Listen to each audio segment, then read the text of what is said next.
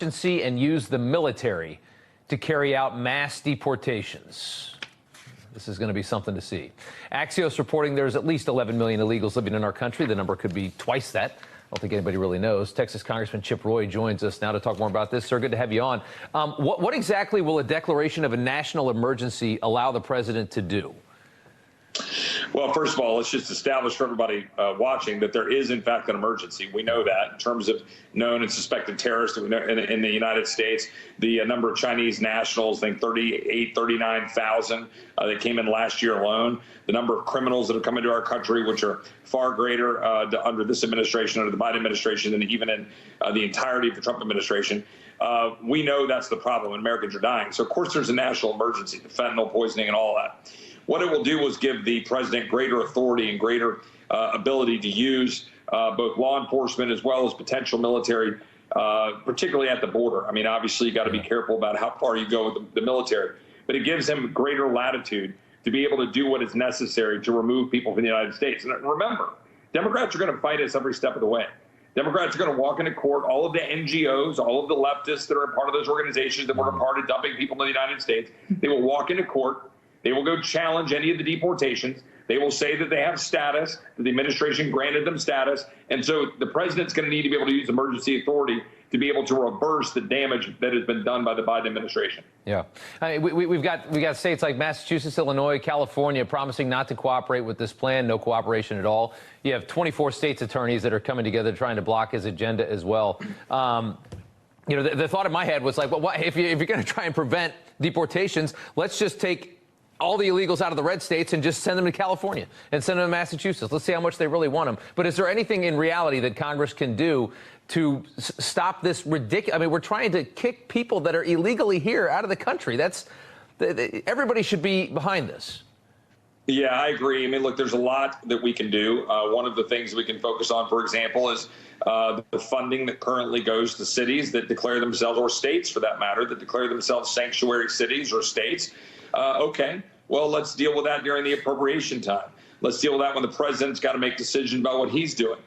These cities shouldn't be able to get these mass amounts of money that they get from the federal government when they're going to ignore the law. They come to us asking for grant money for the Department of Justice. No, you don't get that money.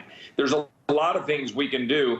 And look, frankly, this shouldn't be an issue. The rule of law matters, and it is something the federal government can do and should do with the states. We have the authority and the ability to go in and find illegal people who are here who are dangerous and deport them. And I honestly think that maybe for one of the first times ever, that what you can do possibly could be done. Because I feel like Trump's going into Washington now, and he does have this big mandate, and he's got a team around him that I think are going to be willing to go all in for him. And I don't think he had that last time.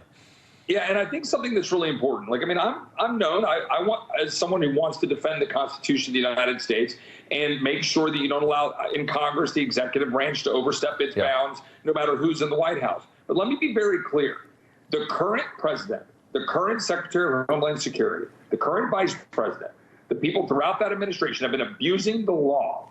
They've been ignoring the law, and as such, they have created a mess that we're going to have to clean up. Right. I'm going to give the President of the United States, President Trump, a lot of latitude to go in and undo the damage, whether we're talking about the border, whether you're talking about things like student loans, whether you're talking about, you know, the mess on the foreign stage. The president's going to have to be given a lot of latitude just to get back to the status quo to 2020, when we had a lot of work we needed to do then.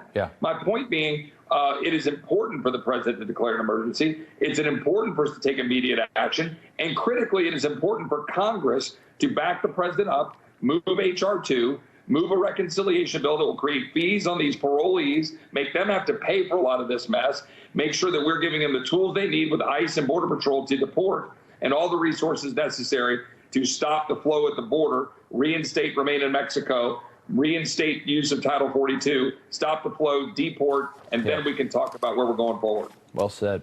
I got one final one for you here. Trump wants Brendan Carr to head the Federal Communications Commission. He's currently a conservative FCC commissioner. He would be in charge. Carr wants to go after organizations like NewsGuard, which, of course, bully advertisers into boycotting conservative media like ourselves. It's a Marxist tactic designed to destroy all media that is not aligned with the left. What are your thoughts on Brendan Carr and this fight? Well, the most important thing, Brendan Carr is a friend. He's a conservative. He's someone who has already proven himself willing to go out and lead. He did so when we were trying to stop the George Soros nonsense where he acquired 200-something radio stations, ignoring existing rules and laws. The FCC, the current Democrat FCC, ignored that. He's going to reinstate that. He'll stand up and fight for making sure broadband is being used to grant more ability to get on the internet and get use of 5G for more Americans. He will stand up for free speech, as he's demonstrated, like you just said. He's going to clamp down on all of this abuse. And by the way, he knows we're talking about public airwaves here. We're talking about public broadband. So the federal government has a role here to make sure that it's not being abused to undermine our constitutional rights and authorities. Brendan gets that, and he'll do a great job. He's one of another one of President Trump's great picks, on top of some really good picks so far, from Tom Homan as border czar to Pete Hegseth to Tulsi Gabbard to Bobby Kennedy. A lot of people who are going to shake things up in this town. That's exactly right.